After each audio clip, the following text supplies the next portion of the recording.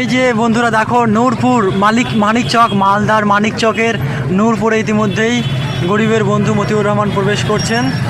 আর এই যে দেখো কত এর মধ্যেই আমরা নুপুরপুরে প্রবেশ করলাম, নুপুরপুর মানিক চকে, যেখানে আজকে ইফতার রয়েছে, ইফতার মাহফিল। সেই ইফতার মাহফিলে এই যে দেখো বন্ধুরা এখন মানিক চকে আছি আর মানুষের ভিড় দেখো। এই দেখো বাইক র্যালি হচ্ছে এই মুহূর্তে মানিক চকে, প্রচুর মানুষজন। এই দেখো